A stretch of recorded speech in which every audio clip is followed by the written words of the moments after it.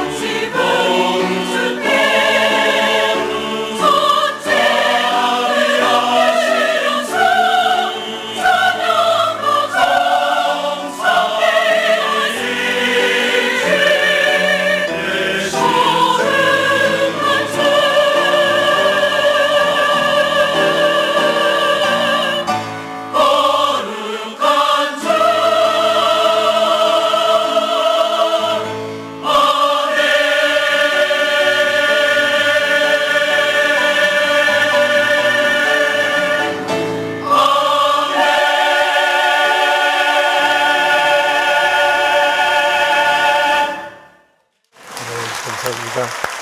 고맙습니다. 오늘 아침 우리에게 주신 하나님 말씀은 베드로 후서 1장입니다. 1절부터 9절까지 있는 말씀입니다. 우리가 오늘 읽을 성경 맨 앞부분에 있는 말씀인데요. 이제 우리 베드로 후서 1장 1절부터 9절에 있는 말씀을 함께 받들어 읽겠습니다. 이는 살아계신 하나님의 말씀입니다.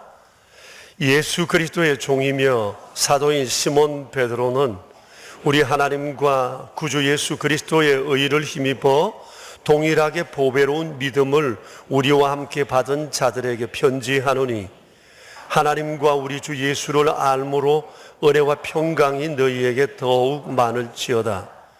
그의 신기한 능력으로 생명과 경건에 속한 모든 것을 우리에게 주셨으니 이는 자기의 영광과 덕으로서 우리를 부르신 이를 알므로 말미암음이라.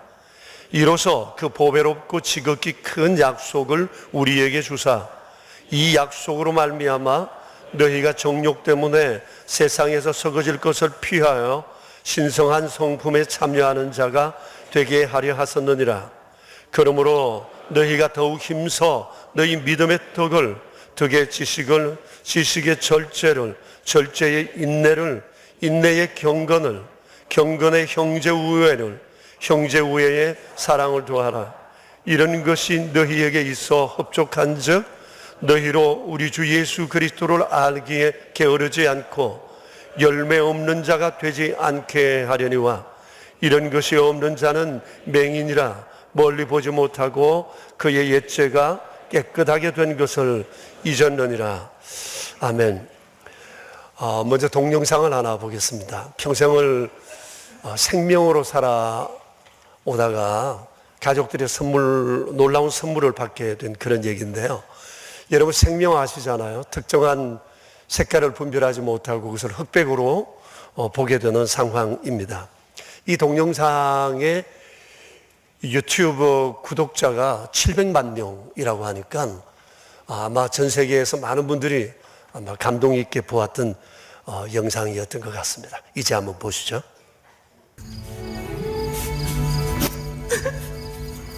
Happy birthday, dear Daddy.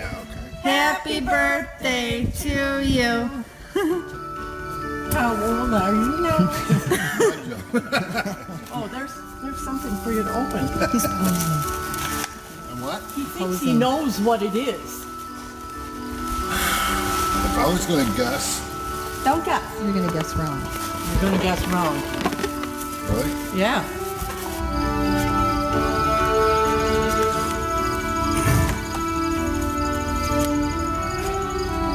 Happy birthday, baby, from all of us. Happy birthday. What is this? Put them on. Sunglasses.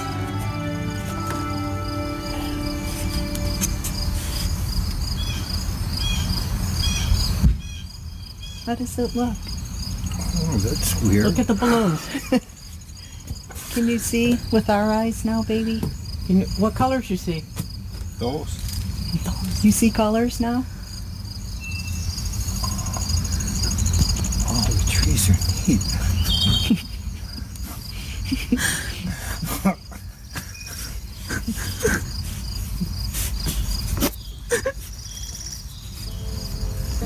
Now you have rose-colored glasses, baby. Before. Now you see with our eyes. Do you like the balloons?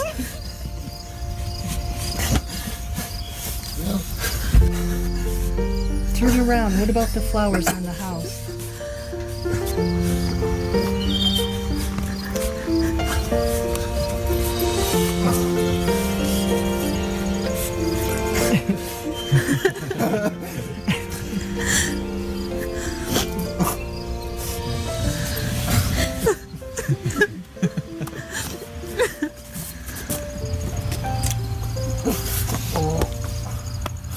Who did that? All of us.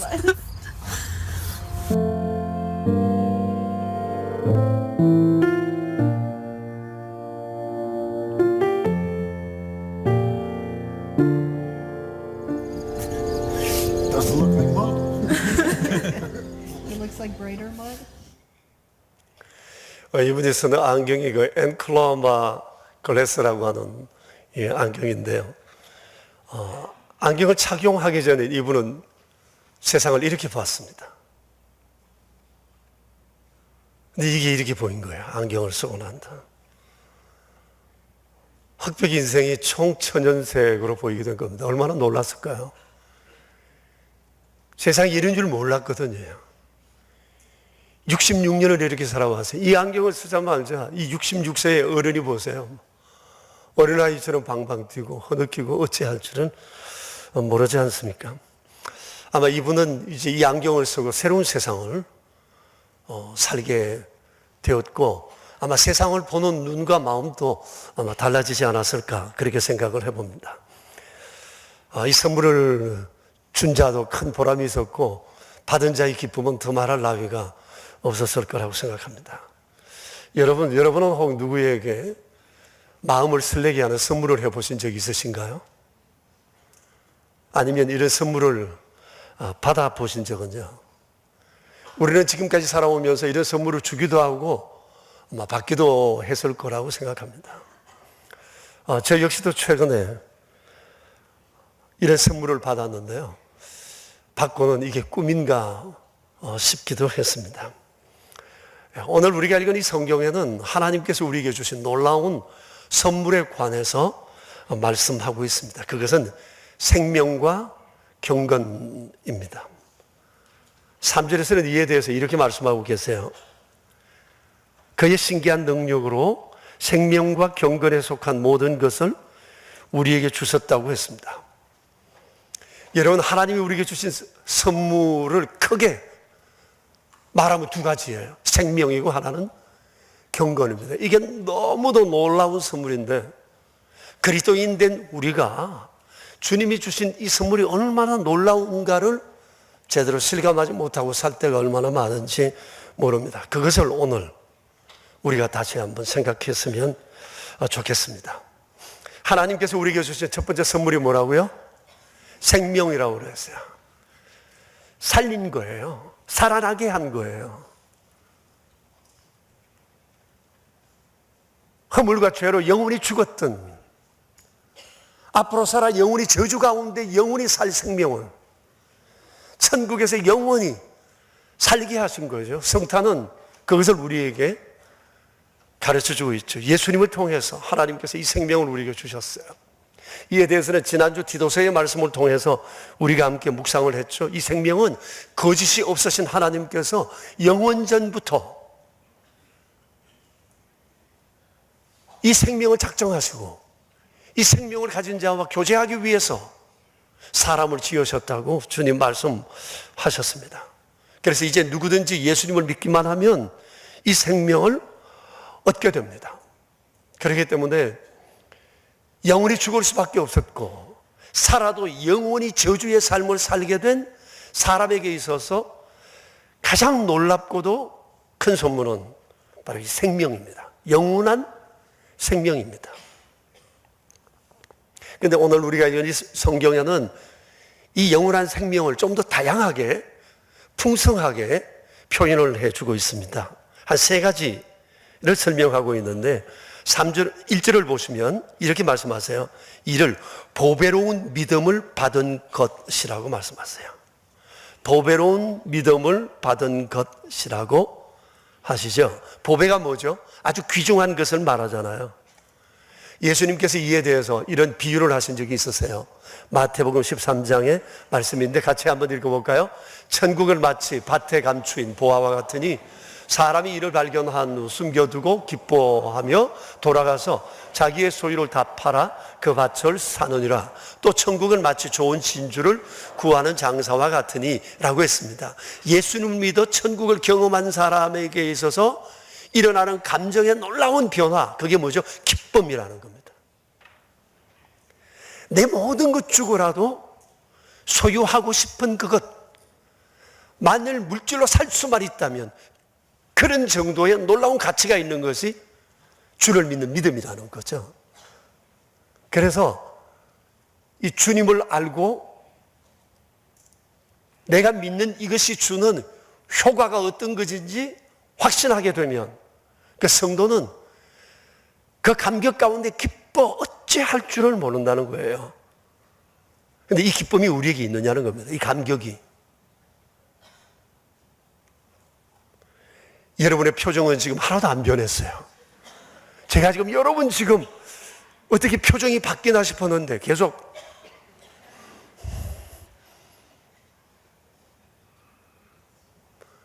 어젯밤에 별로 좋지 않은 꿈을 꾸셨어요. 아침에 기분 나쁜 일이라도 혹. 주일날 교회 와서 저를 보면 기쁘지 않으세요?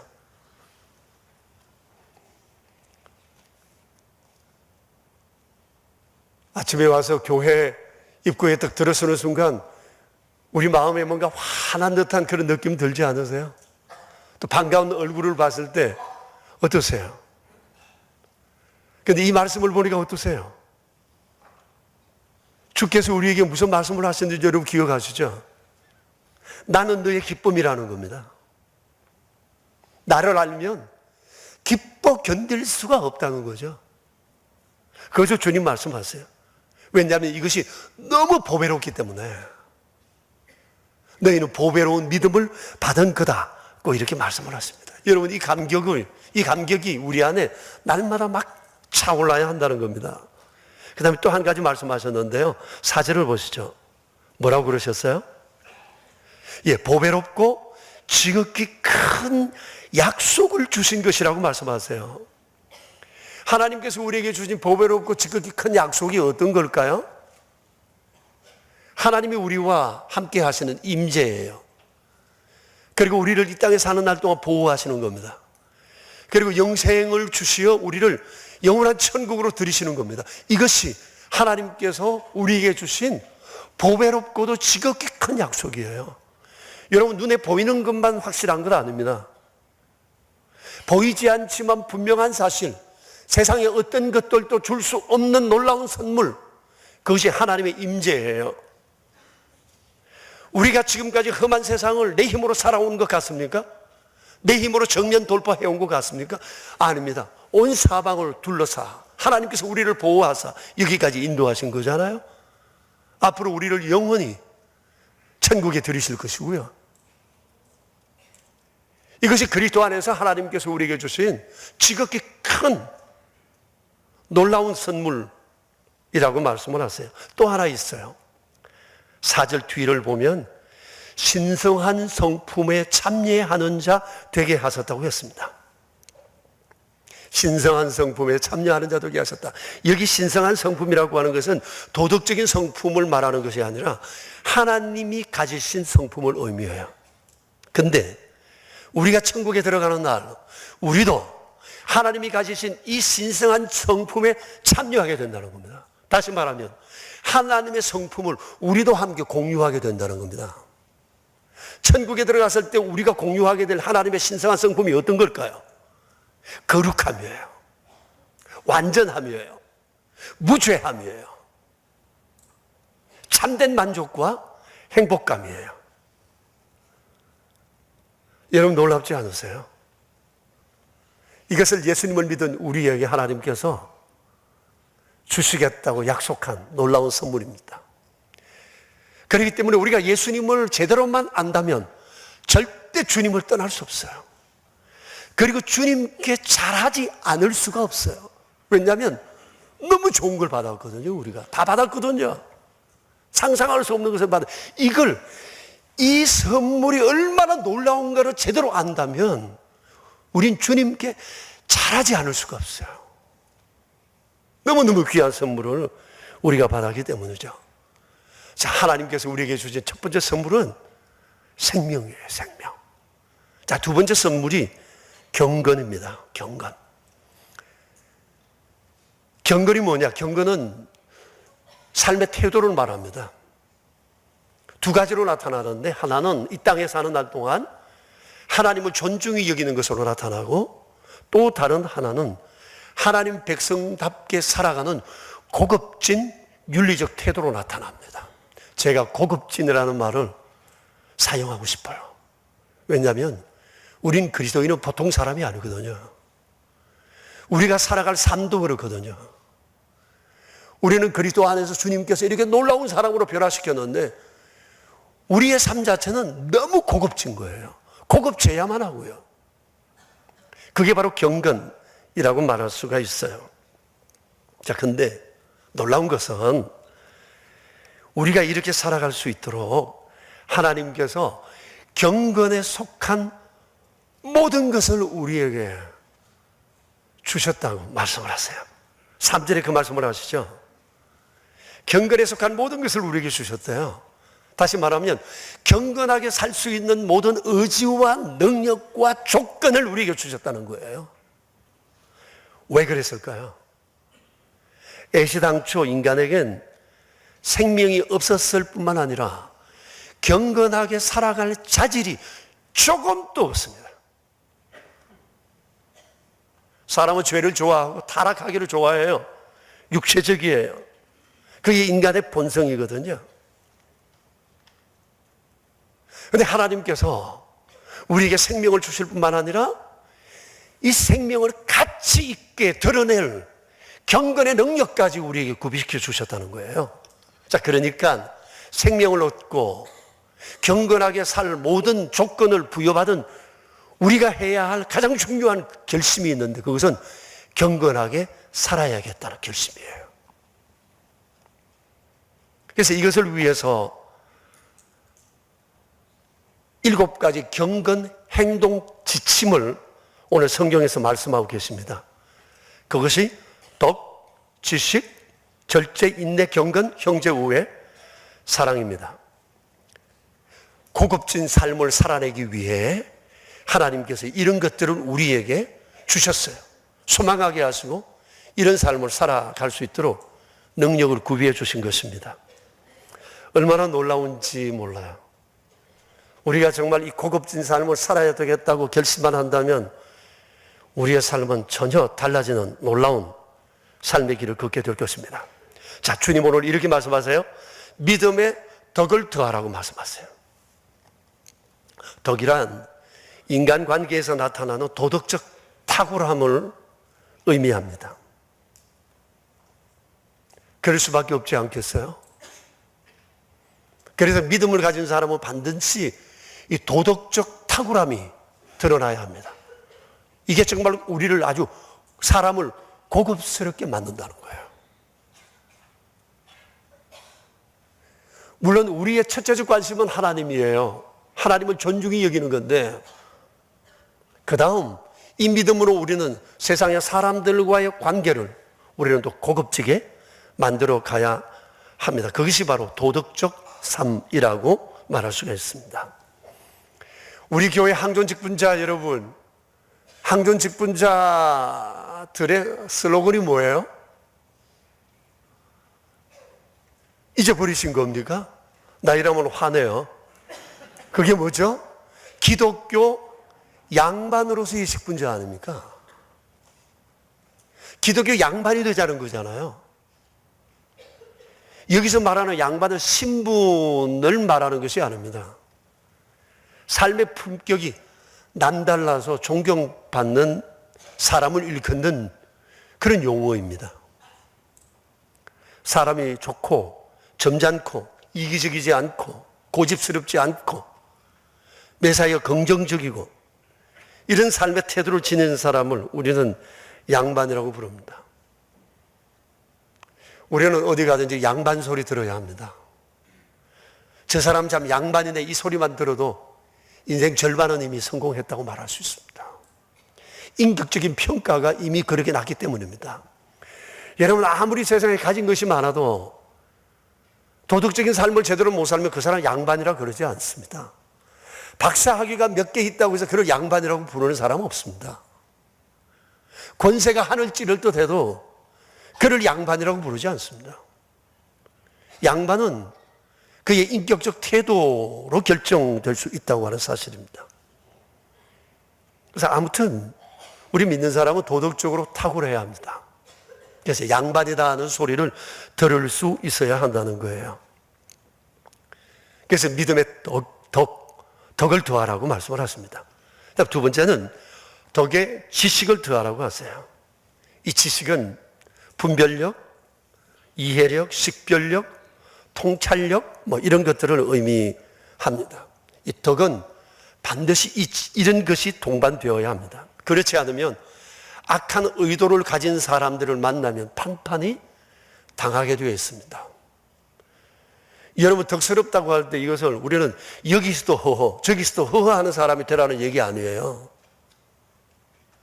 우리는 모든 사람을 용납하는 마음을 가지되 분명한 관찰력을 가지고 분별할 수 있어야 한다는 거예요. 덕은 있는데 이런 상황에 대한 분석을 못하면 경건하게 살 수가 없어요. 하나님은 영화롭게 할 수가 없어요. 그저 사람만 좋아서 안 됩니다.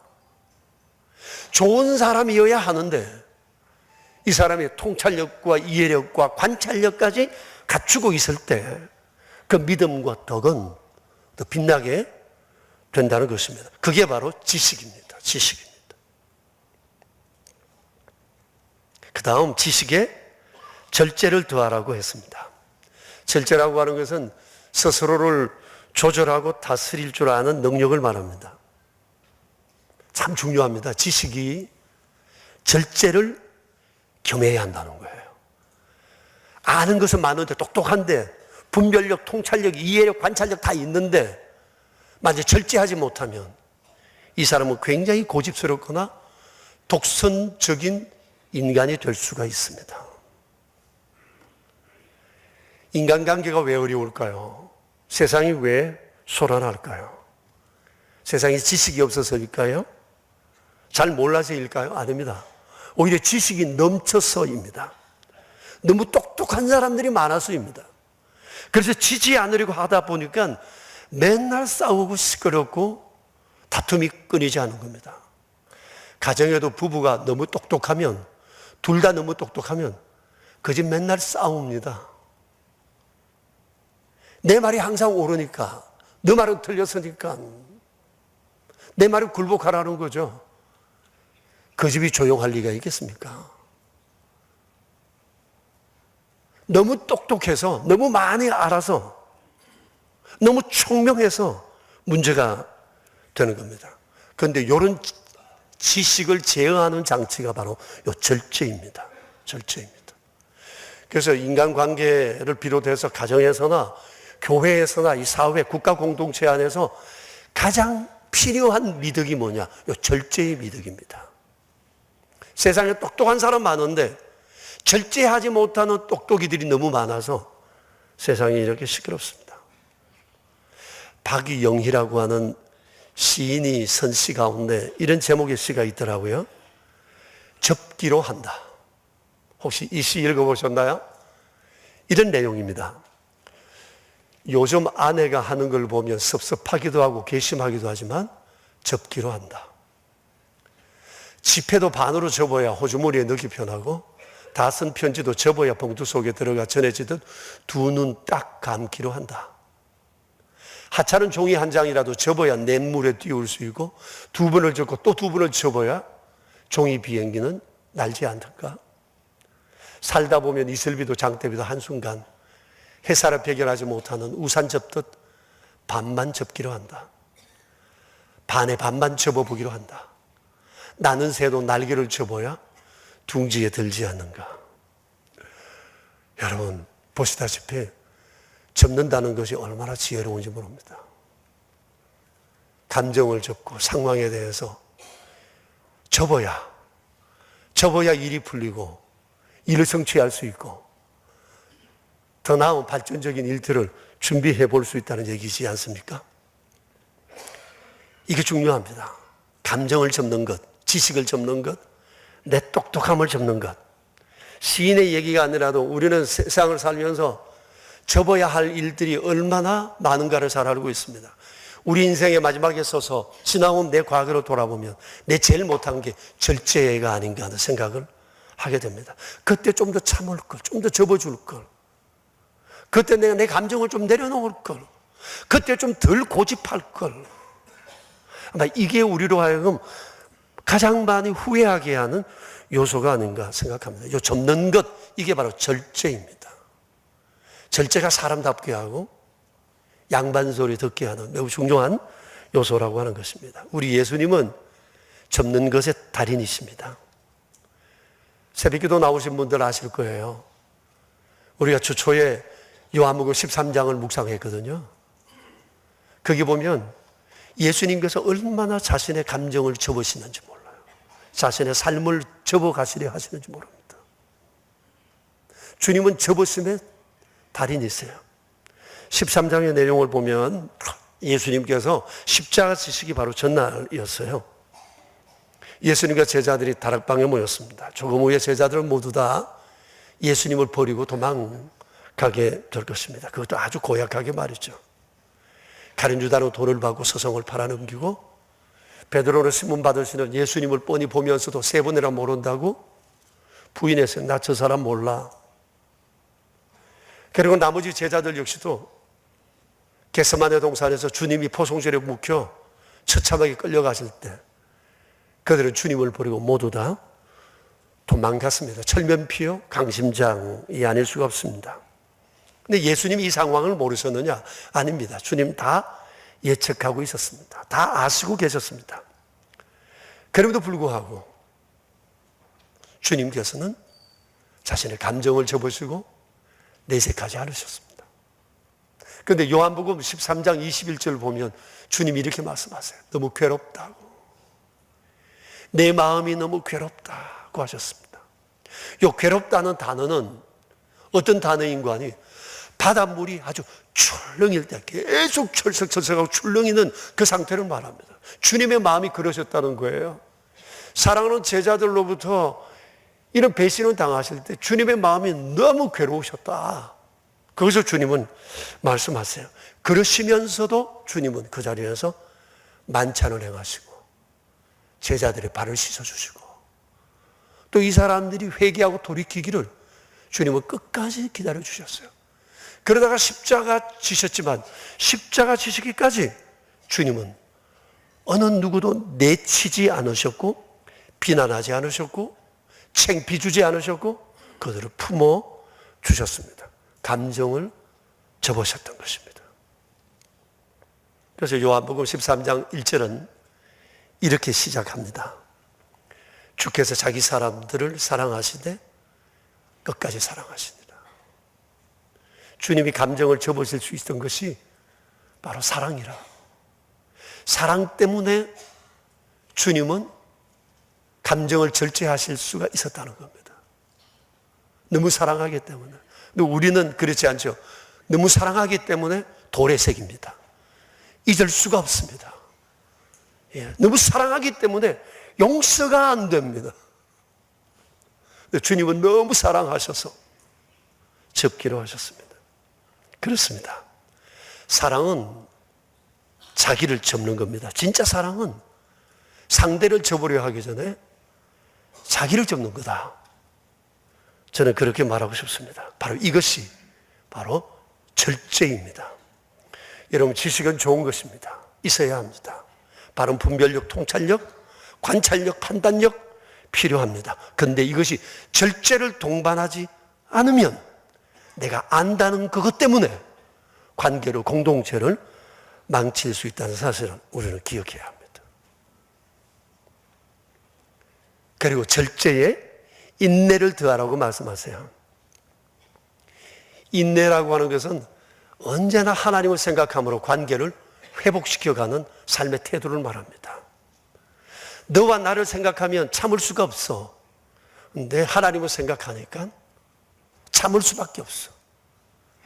또 하나님의 말씀을 생각하니까 내가 좀 더 기다려야 되겠다는 생각도 들어요. 그게 바로 인내입니다. 절제가 인내를 겸손할 때 그 인격은 정말 아름다워질 수 있다고 볼 수 있을 것입니다. 그리고 인내에 경건을 더하라고 말씀하십니다. 여러분, 좀 전에 경건에 대해서 말씀드렸죠. 하나님을 존중하고 이 땅에서 하나님의 백성답게 살아가는 삶의 태도잖아요.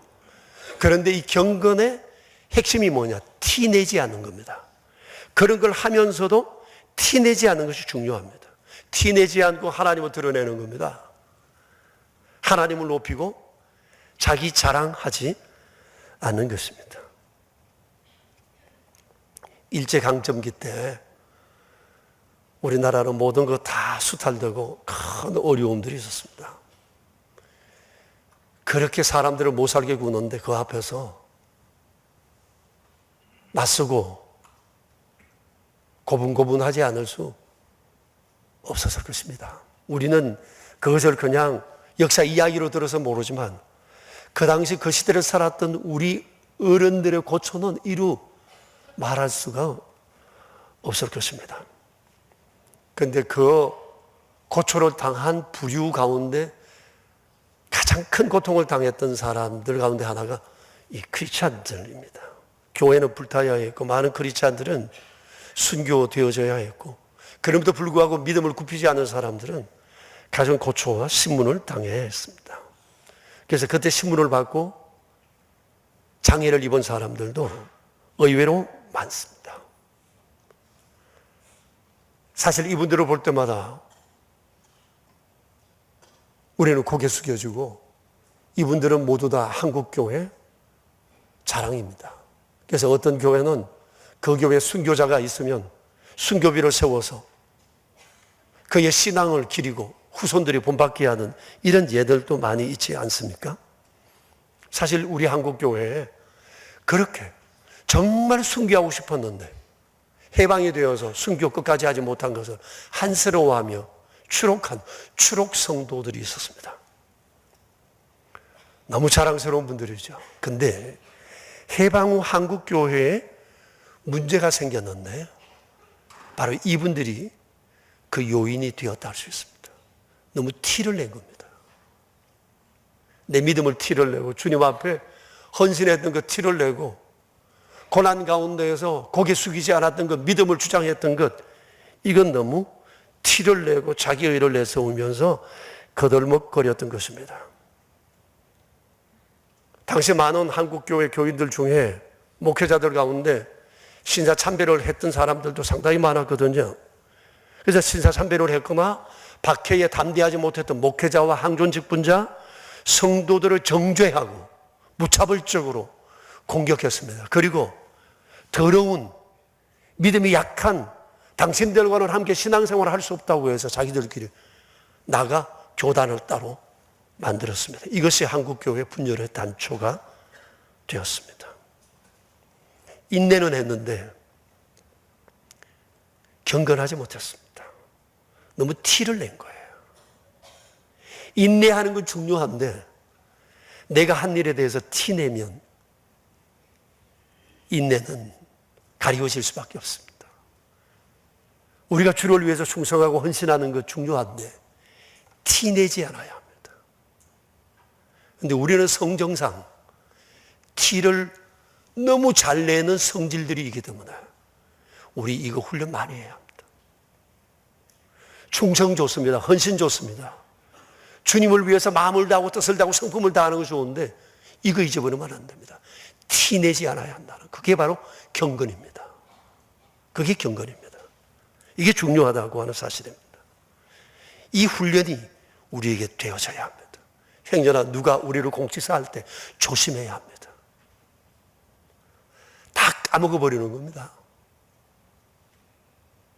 그래서 절제의 인내를, 인내의 경건을 이라고 말씀하세요. 그리고 경건의 형제 우애를 더하라고 말씀하십니다. 반드시 이래야 합니다. 그래서 요한 1서 4장에서는 이렇게 말씀하십니다. 같이 한번 읽어볼까요? 누구든지 하나님을 사랑하노라 하고 그 형제를 미워하면 이는 거짓말하는 자니 보는 바 그 형제를 사랑하지 않은 자는 보지 못하는 바 하나님을 사랑할 수 없느니라. 하나님 사랑과 형제 사랑이 다른 것이 아닙니다. 하나님 사랑하는 사람은 형제를 사랑할 수밖에 없다고 주님 말씀하세요. 이것이 바로 love God, love people이요 원칙으로 가와 만사성입니다. 이거 중요합니다. 여러분, 우리는 싸우면 안 됩니다. 무조건 사랑하고 품어야 합니다. 무조건 원팀입니다. 이거 외에 길이 없습니다. 관계를 회복시키는 일, 하나님 기뻐하시는 일, 그것은 바로 형제 우애입니다. 가정에서 또 부모의 기쁨은 자식들이 우애하고 사는 것입니다. 그게 부모의 기쁨입니다. 하나님도 우리에게서 그걸 보고 싶어 하십니다. 그리고 마지막 하나 더 경건 지침 말씀하시는데 같이 한번 읽어볼까요? 형제 우애에 사랑을 공급하라 말씀하십니다. 그러니 우리의 사랑이, 이 우애가 교회 안에서 우리 믿는 사람들끼리만 있는 것이 아니라 믿지 않은 이웃을 향해, 또 고약한 사람들을 향해, 세상을 향해 나아가야 한다는 것입니다. 자, 문제는 우리의 결심입니다. 주님께서 우리에게 말씀하세요. 생명도 주시고 경건하게 살아갈 수 있는 모든 능력도 다 주셨는데, 그리고 행동 지침까지 주셨습니다. 그러므로 너희는 더욱 힘써 믿음의 덕을, 덕의 지식을, 지식의 절제를, 절제의 인내를, 인내의 경건을, 경건의 형제 우애를, 형제 우애의 사랑을 공급하라고 주님 말씀을 하세요. 근데 문제는 우리가 이것을 결심해야 하는 것입니다. 물론 쉽지 않습니다. 그러나 불가능한 것도 아닙니다. 왜냐하면 우리는 이미 주께로부터 생명을 얻었고, 이 생명을 드러내기에 합당한 경건의 능력을 주께로부터 이미 다 받았기 때문에 우리가 결심하면 주님은 우리 결심한 바를 도와주시는 분이시기 때문에 그렇습니다. 그러므로 여러분, 우리는 반드시 이렇게 살아서 우리가 믿는 바가 얼마나 고급진 것인지를 우리 행동을 통해 드러내 보여야 한다는 것입니다. 그런데 주님 9절에서 이렇게 말씀하십니다. 만일 그렇게 살지 않으면 맹인이라고 그렇습니다. 그리고 또 하나, 너희가 더러운 것으로부터 구원함 받은 것을 잊어버린 것이기 때문이라고 말씀하세요. 이러면 안 되잖아요. 우리가 서두에서 보았던 그 영상, 생명이었던 그 사람 한번 생각해 보십시오. 이 사람이 엔클로마 그레스를 쓰고 난 다음 세상을 새롭게 보지 않았을까요? 세상이 정말 달라 보였을 것입니다. 아마 그의 얼굴엔 웃음이 떠나지 않지 않았을까 생각을 합니다. 이 안경을 쓰면서 이 안경이 주는 즐거움과 만족감을 마음껏 누렸을 것입니다. 그래서 이 사람은 가족들과 여행도 가고 더 많은 것을 보려고 애를 썼을 것입니다. 자, 여러분, 이 사람이 세상을 새롭게 본 다음에 안경을 평소에 벗고 살았을까요? 쓰고 살았을까요? 예? 쓰고 살았겠죠. 비 오는 날은요? 썼겠죠. 밤에는요? 썼겠죠. 흐린 날은요? 썼겠죠. 잘 때는요? 그건 잘 모르겠어요. 그러나 스스로 가능성이 상당히 많아요. 만일 내 입장이라면 어땠을 것 같아요? Everyday, anywhere. 그렇지 않겠어요? 어떻게 새롭게 보게 된 이것을 벗을 수가 있겠어요? 그렇지 않습니까? 그럼 여러분 한번 생각해 보십시오. 우리도 예수님을 믿기 전에 우리가 어떤 사람이었습니까? 우리는 영적으로나 도덕적으로나 경건하게 살아갈 자질이 전혀 없었던 사람이었지 않습니까? 보이는 것도, 들리는 것도, 우리가 아는 것도 형편없었는데 주님께서 예수 그리스도 안에서 우리에게 새로운 생명을 주셨어요. 그러는 순간 내세에 대해서 눈이 활짝 열리게 된 겁니다. 자, 그렇다면 이제 우리는 이것을 세상을 보는 우리의 안경으로 받았어야 합니다. 우리는 세상 사람들과 다릅니다. 이젠 달라진 사람입니다. 생각이 다르고 삶의 이유가 다르고 목적이 다르고 삶의 결과가 다릅니다. 주님은 이미 우리에게 내세를 보여주셨습니다. 그리스도를 믿는 것의 결과가 어떤지를 우리에게 알게 하셨습니다. 그렇다면 이제 우리는 더 이상 세상적 안경이 아니라 이 믿음의 안경을 끼고 내세적 안경을 끼고 사람을 보고 상황을 보고 세상을 보아야 한다는 것입니다. 성도 여러분, 우린 천국 생명을 가진 사람들이기 때문에 우리는 삶의 질이 달라야 합니다. 언어도 달라야 하고 생각도 달라야 합니다. 정말 우리는 고급진 삶을 살아내야 합니다. 세상 사람들과 절대 똑같을 수 없습니다. 똑같이 생각할 수 없고 판단할 수 없고 그 길 갈 수 우리는 이젠 없습니다. 우리가 그렇게 살기로 결심하면 하나님 반드시 우리 그렇게 도와주실 것이고, 우리가 그렇게 살다 보면 선한 영향력이 드러나게 될 것이고, 이 놀라운 선물을 주신 주님 앞에 선물을 받은 사람으로서의 마땅한 삶의 도리를 하게 될 거라고 생각이 되었습니다. 이 아름다운 성탄의 계절, 주님이 주신 이 선물 받은 사람으로서 세상을 정말 힘있게 살아내는 우리 모두 되길 축복합니다. 함께 기도합시다. 자비로우신 하나님 우리 아버지, 허물과 죄로 죽었던 우리, 영원히 저주의 삶을 살 수밖에 없었던 우리에게 생명과 더불어 이 땅에 사는 날 동안 경건하게 살아갈 모든 의지와 능력들과 지침들을 우리에게 말씀해 주시니 감사합니다. 주님, 이젠 우리는 다른 사람이 되었고 이 세상에 사는 날 동안도 우리는 다르게 살아야 할 사람인 것을 우리는 분명히 알았습니다. 이제는 마지막 천국에 이를 그 사실을 기억하고 그것에 믿음의 안경을 쓰고 사람을 보고 환경을 보고 세상을 보고 상황을 보는 저희가 되게 하여 주시옵소서. 자비로우신 주님, 우리는 정말 주님으로 인해 고급진 인생이 되었습니다. 그러므로 고급진 삶을 살아내야겠습니다. 주님, 저희들 결심하게 사오니 도와주시어 주 영광 드러내는 아름다운 삶을 살아가게 하옵소서. 우리 구주 예수 그리스도 이름으로 기도합니다. 아멘.